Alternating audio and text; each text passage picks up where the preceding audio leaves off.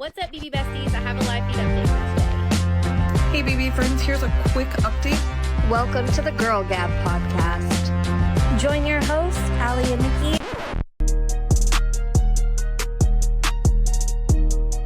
Welcome back to the Girl Gab podcast. This is another special Waffle Wednesday episode where we talk about our favorite chaos creators. Today we are talking about one of my personal favorite chaos creators of all time, Josh Martinez. And joining me is, of course, my co-host Nicolette and special friend SarahTalks. Whoop, whoop, whoop. Oh, wait. Yeah. I should have started it like this.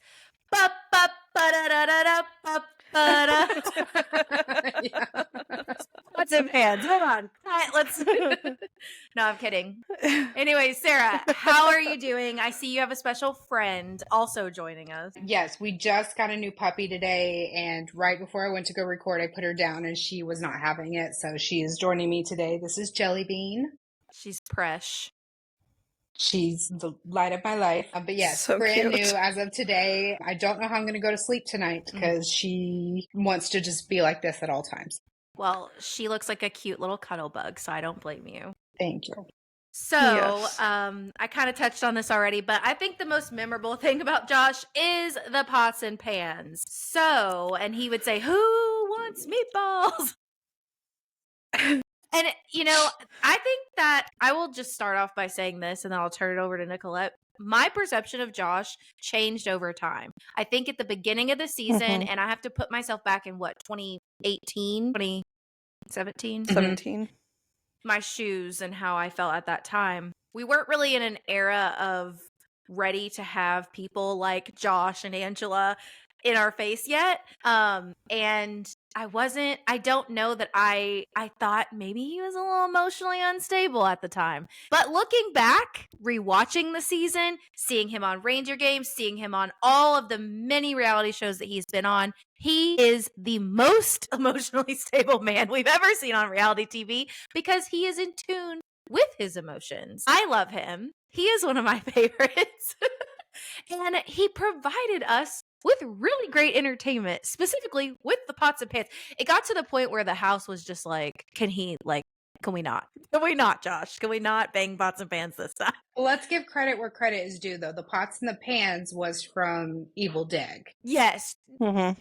Josh, being the fan of the show that he was, called it out. So it is new to in the new age of Big Brother, I would say like a generation, but then like to super fans, it was a really cool callback to see that. And you know what? And see him kind of channeling Evil Dick in the house. I meant to say this on our Evil Dick episode, and I'm going to have to look this up later, but Evil Dick and Talisha Thomas, from Bad Girls Club did that around the exact same time, and I'm wondering who did it first. Because it was literally the same time frame. Not to say that it's not Josh pulling out a Evil Dick move. I think that that's what he was doing. But I meant to say that on our Evil Dick episode that we need to look up like what year, which happened first. Because I really think it was like the exact same early 2000s time frame. Definitely within the same era. I don't get no sleep because of y'all. Y'all won't get no sleep because of me. Because of me.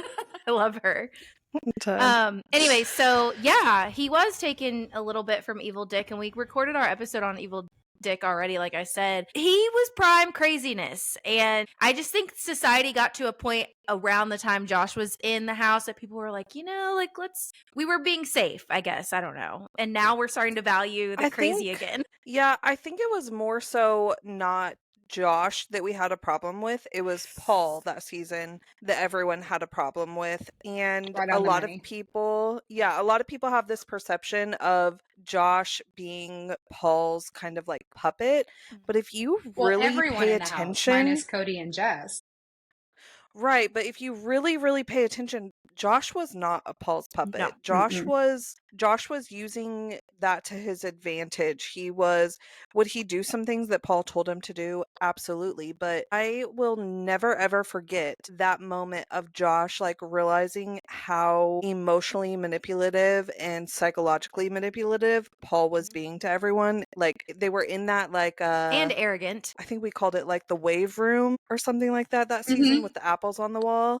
Yeah. And I think it was after a double, and Paul was acting like he was crying to Alex, and immediately she walks out of the room and he starts laughing to Josh, and Josh's eyes just got so big. And that was like the light bulb moment for him of like, okay, I have to stick with this guy, but he's playing a messed up game. That's also, I think, around the time where he started making sure in his goodbye messages to everyone Yes. that went to the jury of like, here's XYZ of how all of this is going down.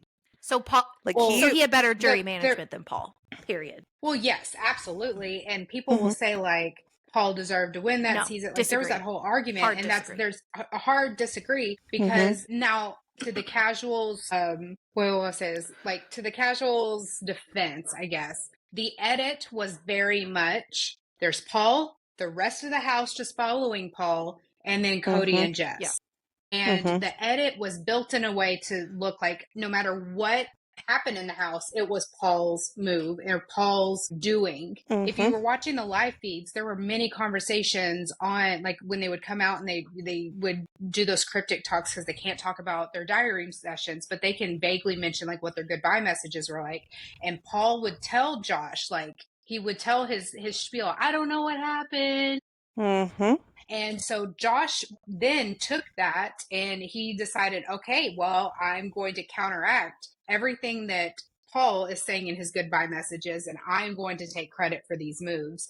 And he has since said it in multiple interviews after the house, but like you could also see this happening in real time. Yes, Josh had moments, and Josh himself has said that he had some emotional maturing to do in the house, but like you're also in a powder keg. This is and he the was craziest like ant farm you could ever experience. 24. So. I mean, he was very young. He's like my age now, so like he was very young at that time. I specifically remember an instance where Paul would, and he did this multiple times, but I think that the biggest one would be like there was the Mark and Josh fight with the ketchup and mustard. Paul actually was like hitting emotional triggers and buttons with Josh and told Josh, hey, you need to go and say this to him.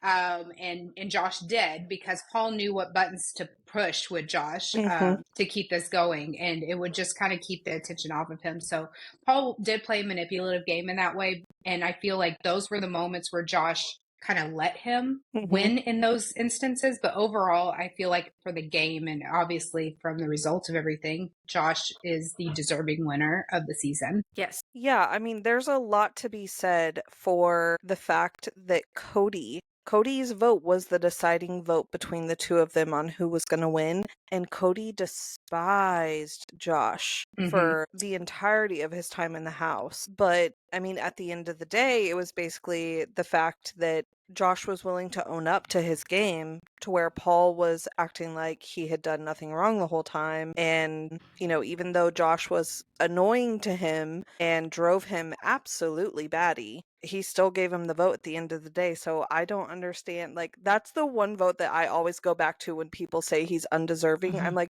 then explain the Cody vote, because but if you remember too, like, and I remember this in the moment, the jury, I feel, wanted to give Paul the win at first.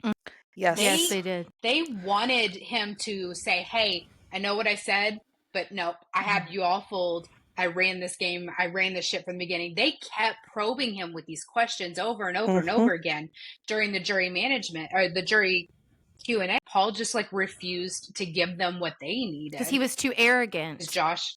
I think it was because he was too arrogant. The end, it was arrogance, but he also was trying to play the friendship game too. And he thought that was going to do him any favors. But at the end, like the jury's like, no, I don't even know if the jury in that moment is like, okay, well, maybe Josh really did make these moves and Paul didn't, or is Paul bullshitting? Either way, like, here's Josh is clearly either owning it or owning Paul's moves, or they really are Josh's moves because he's the only one claiming them. Yeah.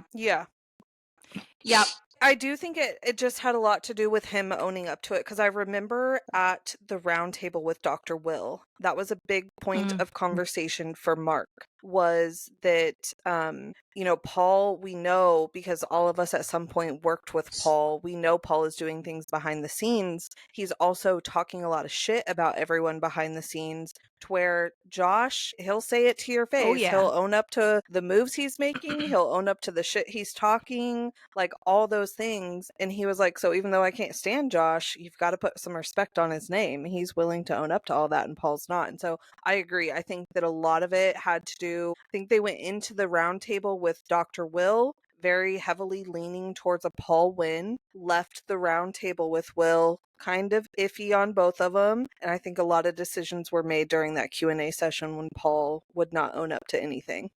Yeah, I mean, the stuff that Josh did downright sometimes caused actual physical altercations. It got like this close because he was being so obnoxious and so annoying. But like we said, he was taking advice from Evil Dick.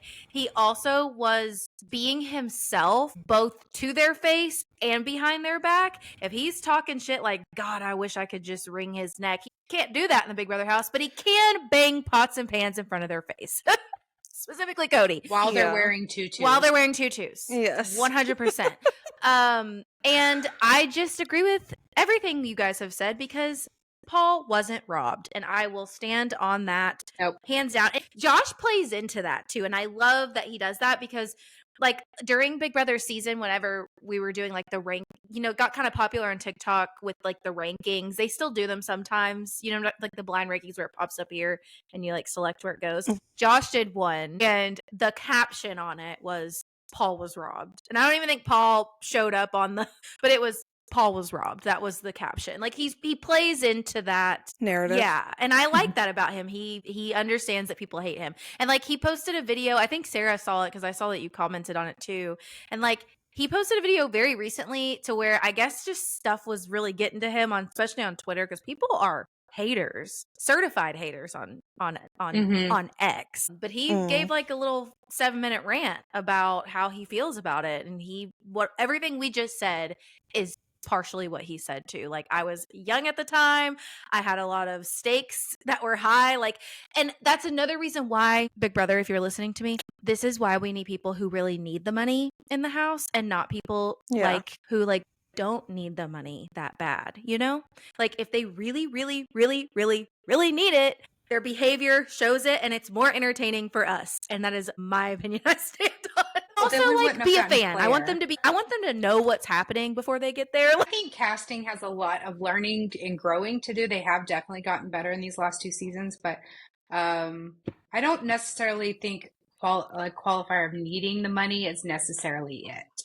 I don't. I think if they need it, they behave better. I don't think that the need of the money is what makes a primary difference between a Josh or a Mackenzie. Remember, Claire didn't need it either. Yeah, but I think it's a personality thing. Yes, 100%.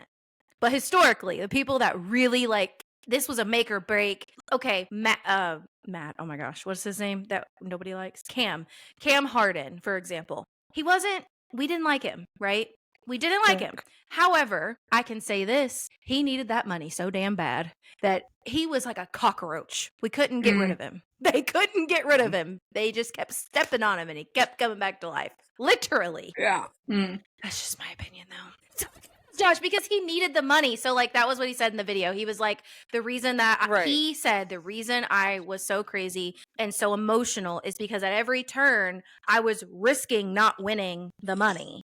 And he's still emotional on challenge, on everything he does, but he's just in tune and comfortable with his emotions, which go off, King. I love that about him. Yeah, and part of what he said was that yes, I'm in tune with my emotions, but he also was like, the reason I do this is to not just give myself a better life, but my family. So every show he goes on, he's playing for not just himself, but his entire family. And I think that adds a layer of chaos, and I love it. I mean, I just think it makes him a great player, that he needs it because he wants to prove something constantly to his family and bring back some money for his family. I adore him. He has such a way about him. There's a reason too that he has such strong bonds in his challenge mates. It's just because he has an energy about him that you just feel comfortable with. I want to hug him so bad. I just had this urge. I'm not a huge hugger, and I want to hug Josh. And I feel like we saw a lot of that in the Big Brother house. He's got like a magnetism to him, and he's entertaining. He's so entertaining, which is why he stays booked and busy. Yes. So Yes. So do you want to talk about him on the challenge? Because you all watched the challenge a little. I do not. I really haven't watched much of Josh. I do want to hear about him on the challenge, though, if you want to give us a little bit of insight. He is very, very similar to his time in the Big Brother house. You'll see him emotional. He has these bonds with these challenge people, like mates that he goes on vacations with and he travels with, and he knows their families and stuff. And then they come on the game, and there's alliances that are formed, there's bonds that are formed. When people are picked to, go down in the dirt in the arena, things like that, like those do affect him emotionally. There is drama, there's love life drama involved, because they're dealing with like relationships that go beyond just the Big Brother house. And I mean, it's like challenge, but these people know each other outside of challenge, and they do these reality show conferences and tours and meet and greets and stuff together. And they know each other on a deeper level. So I feel like you get to see a little bit more, like there's more depth to it than there was in the Big Brother house. I mean, he is a fighter and he's a competitor and he never shies away from anything, but he's still just as entertaining, like as he was in the Big Brother house. I think that people forget too, because both in the challenge and in Big Brother, as big of a personality as he is and how chaotic he is, he's very rarely targeted. Yep. Josh was only on the block 3 times. And for somebody who's banging pots or pans around the entire house, that's beyond impressive. He did very well in competitions. He actually won the final HOH. And he goes very far in challenges, like in the challenge. He always makes it very, very far. Yeah. He's good socially and physically. When I was like kind of like refreshing on Josh's time in the Big Brother house, I don't know if it's because of all the talk that I've heard about the challenge, but for some reason I had this perception in my head that he wasn't a good competitor. But then like going back and looking, I'm like, what was I like? I am not remembering this correctly at all, because he won at very pivotal times when he needed to, which makes some of the best players out there. Yeah, he's definitely a strong competitor. So I don't know where that narrative came from, because I just hear people constantly being like, I don't even understand why Josh is like on the challenge. Like, he's not a good competitor, blah, blah, blah. And I'm like, now watching it back, I'm like, that's false. Yeah. It's 100% No, he's false. good. And not only that, he was a great competitor. He won good socially. He won at pivotal times, like you said. Like Sarah said, he wasn't on the block more than like 3 times. But also, it's not like they only were able to get him on the block. It's not like they were like constantly coming after him either, like they were Evil Dick. Like Evil Dick, at any chance, they were trying to come after him. Josh flew under the radar for quite a while. Like, despite him banging pots and pans, he had allies. Did not. Not really. Right. No, yeah. I honestly think that the twist of that season for Josh really kind of set him up in the beginning to have some of that like animosity and the defensiveness, because he decided to go for that. Yep, he decided to go for the golden apple, and that just kind of set the stage for people to kind of be a little bit pissy towards him, because that like eliminated the rest of his team from that challenge, and so those people were just day one instantly had some animosity. And so I think he just started the game from that like defensiveness kind of like mindset. Had he had, which you can say this about any player, honestly, but had he had a different Paul had week 1 safety too. Right. I mean, I just think that like had he had a different start to the game, we might not have seen the same level of chaos if he hadn't had to be on the defense so quickly in, or already had so many people kind of like side-eyeing him from the beginning. But hey, worked out in the end, so no complaints over here. Yeah, I love that man. He's great. No complaints in the Josh department. He's great. I would love to see him. Honestly, like, if they would allow a winner to come back again, Josh would be the person I would ask to come back. Truly. I mean, even reindeer games. He did. He was great. He did really, really well he was great in reindeer games. Yeah. I mean, Nicole barely beat him in that last challenge that he got eliminated on. I feel like in reindeer games, we really saw how strong Josh's social game was. I agree. I 100% agree. Yes. Yeah. Can we all just like take a moment to acknowledge that because I've done this a few times now, when where our headspace was when Reindeer Games was first announced, the fact I rolled my eyes and wasn't even going to watch it, but the impact and the reach that Reindeer Games has had on traders. Oh, yes. And we're still talking about, Like Brittany says, when she talks about the Danielle, she was like, yes, it all happened in the peppermint forest. Yeah. No, wild. I too was like, what the fuck is this? Like, what?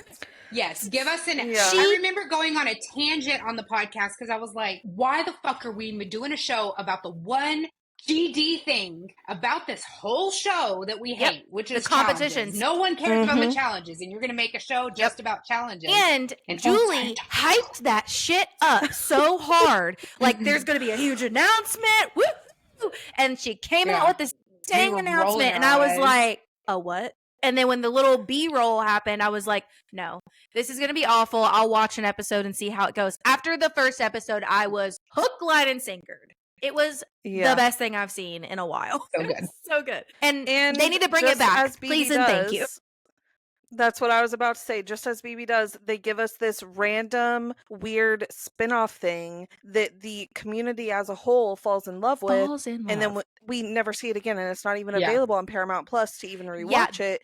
Yes, you can get it on Amazon, but still, this is giving me bitterness of OTT times as well. That's where they did us so dirty, is when they took it off. Because I had watched the first episode again, and I was planning on watching like the other episodes. And then in the midst of that, they just took it off. I was like, right when I was about to do a rewatch. So anyways, but yeah, I agree. Like other people, not only that were on the show, but like I've seen Big D advocating. He was like, I loved watching that. Can you please bring back Reindeer Games?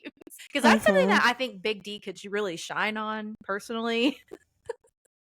Is Reindeer Games, because he's in his fitness journey now, you know? And these are equitable competitions. That's why we ended up liking it, right? I guess to circle back to what Sarah was saying, we were upset that we were getting a show about nothing but competitions, because for at least 5 years we were like, can we get some old BB comps back? Like 9. To circle back to what Sarah was saying, the reason that we were annoyed was because we weren't getting equitable competitions for so long, and we were advocating and saying, well, you guys were. I was not yet posting on TikTok, but you and Abigail certainly were, and others that were already posting were like, please give us something different. Me internally, I was saying that to my 2 friends in real life that I know that watch Big Brother, but then all of a sudden we're like, hold on, like episode 1, we immediately realized like, oh, this is crapshoot shit. Like anybody could win this. And I thought, okay, maybe it's just the first episode.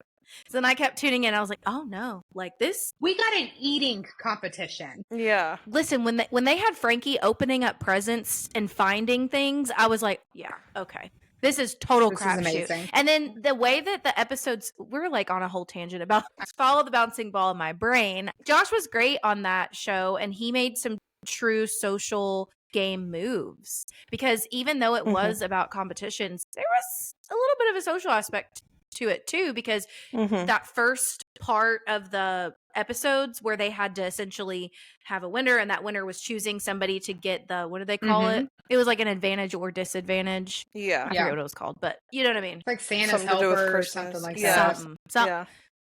Yeah. Santa shitting out candy canes. I don't know what they called it, but we would know if we could rewatch it. Yeah. Very good point. Paramount, please bring it back.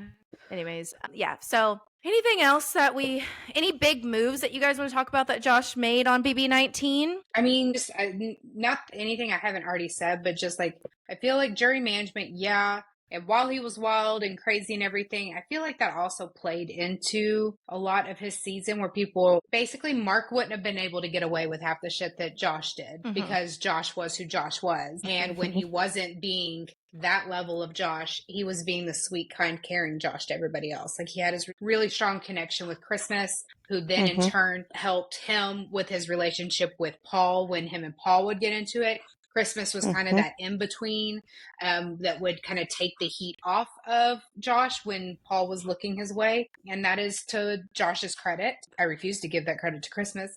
So Halloween. like, isn't that what we call her? But even post-fight, blow-up fight in the Bowl Arena tutu with production screaming at him to go to other sides of the house, Josh still was able to have a civil conversation, and like he went to Mark afterward about it. It frustrates me. Josh is one of those characters, like I say character lightly. He's just one of those big brother personalities that I'm very protective of. Mm-hmm.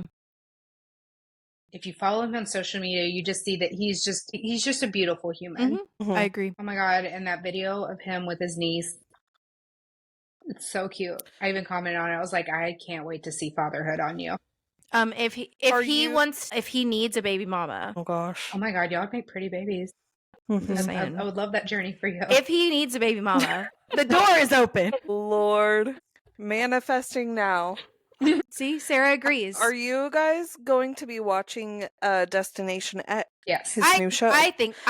Yeah, probably. So what happens with me is like, if a show comes out, most of the time I'm not interested unless someone says like, you would love this, watch this, right?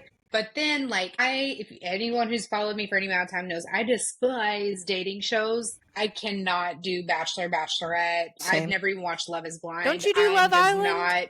Wait, I haven't gotten there yet though. But I'm a big Vanderpump Rules fan, and I love me some Ariana. So when Ariana, they're like, she's going to host Love Island, I was like, let me watch, because I was going to watch to see how she did as a host, because I was excited for this journey for her. I'm obsessed with Love Island now. I've got my video I'm twirling my suitcase. I'm ready to go. Like June 3rd, baby, here we go. I'm pumped. I've seen all the seasons now. But it all started because I turned it on for Ariana. So yeah, I'm going to give this show of his, because I love Josh so much that I'm going to watch this. Yeah. And who knows, I love it. That's the only reason I will be watching is for Josh. Yeah, there's like I think it's just a portion of episode 1 that's available on YouTube. I watched it last weekend. I was entertained. I enjoyed it. So it's very interesting. I love Jeffrey Dean Morgan and Hillary Burton Morgan. I keep hoping for a cameo. But so I was intrigued with Jeffrey Dean Morgan and Josh being on the same show together. I was like, this is an interesting dynamic. Yeah. But yeah, it was very. And you it was pretty good. What's that girl? QT.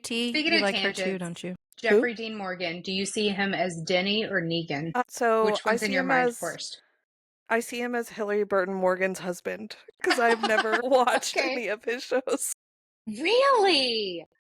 I've never watched his shows. Jeffrey Dean Morgan. Man, that man. I have no idea what's going on right now. Jeffrey Dean Morgan has he's done a shit ton of stuff, but two of his most iconic characters are polar opposites. One is a psychotic, post-apocalyptic zombie cult-leading psychopath serial killer who is just pure evil, but I would be in that cult. And then the other one is Denny from Grey's Anatomy, who's arguably one of the biggest heartbreak love story characters of all time. Like, we cry just thinking about it. And I really struggle. I saw him as Negan first, and then I saw him as Denny. And now my brain doesn't know how. Okay, then I see him as Denny because I only know Denny. And don't know who the other guy is, but I do know Denny. Now I just see Denny with a leather jacket and a bat wrapped in barbed wire. Like, it's just weird. Oh, I've seen that Halloween costume with the bat when I'm passing out candy. Funny. Sometimes kids. Yeah. I just think he's a beautiful, beautiful human. And the way that Hillary talks about him and their love story and their family, I'm just like, yeah, perfection. So, sign me but up. Destination X, doesn't that have your girl QT on it? No, that was Battle Camp, which was good. I liked it. Okay. I looked at it. I was like, I don't know any of these people or these shows. So Yeah, honestly, they don't really focus too much on their shows, and anyone that has a connection, they do kind of like explain what that connection is, whether it's good or bad. Because the only people that I really knew was Circle people. I didn't really watch much of the other shows, but it was pretty good. Like how we're talking about the equitable comps and stuff. That's how a lot of these were. Like, one of the comps was like, who can stay in an ice bath the longest. There's eating challenges. Like, they are literally at a camp, so a lot of their competitions have to be something that you would be able to do at a summer camp. So kind of like Buddy Games. I was gonna say I hope it's better than Buddy Game. I didn't watch Buddy Games, so I'm not sure, but potentially. Okay. But it was good because there is like a strategical. I do like the circle. Yeah, Shuby's on there. Shoe Bomb from season 1. Oh, then Love I'm him. in. I've been skipped. I will tell you this. Any of your videos on that show, I skipped past because I was like, okay, I think I might watch this in the future. So I was like, I don't want to be spoiled. This past season of The Circle, A+. And Heather's like my bestie now. Yeah, I haven't watched that yet. It was a good season. I got behind I on really the liked it. season. Anyways, I think Josh would be great on The Circle. I think Josh would be great on any and everything he... I think I would be great on The Circle. I think you should apply, personally. Yes. Very good. Well, they should call you. They should call you expeditiously. Speaking of, and while we're on tangents, I'm sorry, just a shout out to another Netflix reality show, $1 Million Secret. Yeah. Yes. Bravo. Absolutely incredible. Paramount, take notes. CBS, take notes. I only watched the first episode. Fantastic. I don't know why, but Nicolette did tell me that it gets better. It was just so slow on the first episode that I think I fell asleep a couple different times. So then I just gave up on trying to rewatch because you fall asleep and the show keeps playing. And then you have to. So you need to fire back up. Yeah. So I do intend on doing that. All I know, it's the way twists should be. Okay. It's the way secret challenges should be. Then I'll go back and watch It's the way competitions should be. Like everything about the structure and how the game progressed is perfect. Production, cast is incredible, but production and the way the layout, the twist, and the secrets, perfection. Yeah. Perfection. I'll definitely do that. Anyways, anything else we want to say about Josh before we ask our final questions about him? I love him so much. And Josh, I feel if you're listening to this, interact enough on TikTok that you should be following me by now. Josh, I also feel as though we interact enough on your mistakes. Josh Martinez, I also feel as though we interact enough on social media that at this point, not only should you be following me, but if you're looking for a baby mama. What if he's just looking for it'd be weird a girl? That's fine. That's fine as well. Yeah. Girlfriend, wife, whatever. I'll move. I don't care. Where does he live? I'll go. Miami. I'll be there. 5 minutes. Florida. Give me 5 days. I'll get a flight. I'll pack my shit and I'll be there. Momentarily. Shelly Bean agrees. That's hilarious. Oh. It's a great series that you guys are doing, but can we just acknowledge, as chaos creators and stuff like that, 9 times out of 10, it is salt in the wound. It's bitter. Not a lot of nice things to say. Yeah. But I love that you can have someone like Josh on a show like Big Brother and do basically a love letter episode to him because he has contributed so much to the Big Brother lore. And for us, super fans who have been in it since, the wee starts of the show, to have somebody this iconic still be in our orbit and still be on these shows, and we're still getting to see him on social media and on these new shows. He is a historic figure in the Big Brother timeline, and I love that for him and for us. Me too. Couldn't have said it better. All right, let's ask our questions. So, Sarah, on every episode, we ask 3 questions about our chaos creator, and I will let you go first because you're our special guest this time. So the first question is, do you think that Josh is strategic or reckless? I think it probably a 70-30 split, 70% strategic, 30% reckless. And the reckless part is just when his emotions get the best of him. I would agree with that. 100% agree. Those times when the emotions got the best of him could have definitely wrecked his game. But speaking of his social game, and like Sarah previously mentioned, he was able to course correct that a lot of times, which without being a strategical player, he wouldn't have been able to do. Yeah. And the second question is, do you think that Josh is entertaining or just annoying? Entertaining. Same. There's not an ounce of annoyance. I have to be honest on this one. So now I find him very entertaining. Yeah. At the time watching it, I was annoyed only because a lot of his outbursts resulted in feed outages. I can see that. But I do find him entertaining. Yeah. I also agree to that. Feed outages are annoying. I get it. I have to remember the normal frame of mind because actually I was doing jokers back then. So when we would have feed outages, and even doing what I do now with BB Bible and like the live feed recaps and everything, when we get feed outages, I'm like, oh, can I nap? Can I get a nap in? What's happening? So like I'm a little, and I don't like feed outages, just for the record. But when they do happen, I'm like, in the moment, I'm a little grateful. I think the reason I don't like the feed outages now is because our edit is progressively getting But if the edit was true to what really happened, I don't think I would mind too much about a feed outage, because I would go, oh, it's just going to be a nice little surprise but we can't trust edits anymore. Like that we ever fully could, but we could a little bit more back in the day. I also agree with what Nicolette said. I guess I should have said that too, but I did say that at the beginning of the episode. At the time, I do think that I didn't hate him or anything, and I don't think I ever thought that he shouldn't have won, because I always saw that Paul was being extremely arrogant especially in those last few weeks, and I just knew that was going to bite him in the butt. But at the time, I think I probably would have said, oh, he was pretty annoying. But after rewatching the episode, like I said before, and watching reindeer games and all the things, love that man. Like I said, Josh, I'm waiting for a ring. I almost did it on my right hand. I'm waiting for a ring. If you would like to give me one, you're more than welcome to. Okay, and the third question is chaos ranking. How would you rank Josh on a level of 1 to 10 for how chaotic you think he is? 6. See, I would probably give him like a solid 7.5. Yeah, I was going with 6 7 because he had some. When he did have chaos moments, they were big. But when in the grand scheme of things, I wouldn't give him a top tier, like as far as chaos. Yeah. Yeah.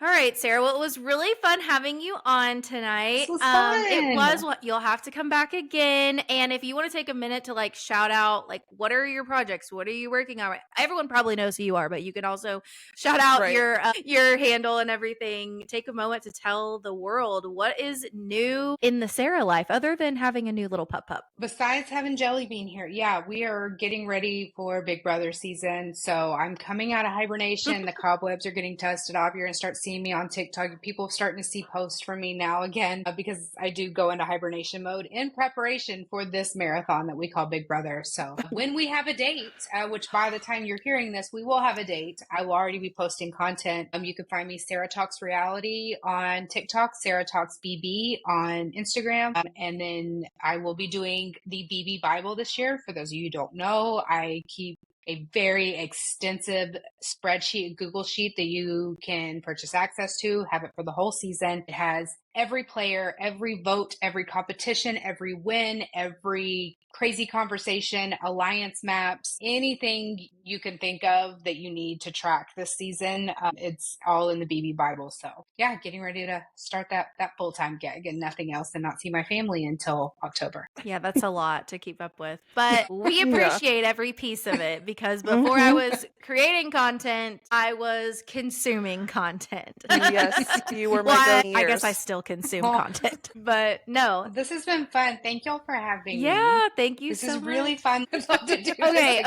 Okay. Maybe I will do this anytime, and I've had so much fun. Yeah, I had a lot of fun, because I know I got to come on. I can't remember which podcast that one was for the Survivor Draft. You were Sammy's proxy. Yeah. Secret Superfans. Secret Society of Superfans. But I'm not a really well-versed Survivor person. This is my first season jumping back into it, so I wasn't all that talkative. You were getting fantastic. to talk Big Brother with you has been wonderful. Well, I hope that all of you listening really thoroughly enjoyed this episode, and tune in for our next week's episode, because we are doing this every week until we figure out when we can stop, because like Sarah said, we're not sure yet, but when you hear this, I feel pretty confident we'll be liars. We better know. Because we better know. By 2 weeks from now, we better know. Okay. Anyways, that's all for today about Josh, and I will see you later, Sarah. Bye. Bye.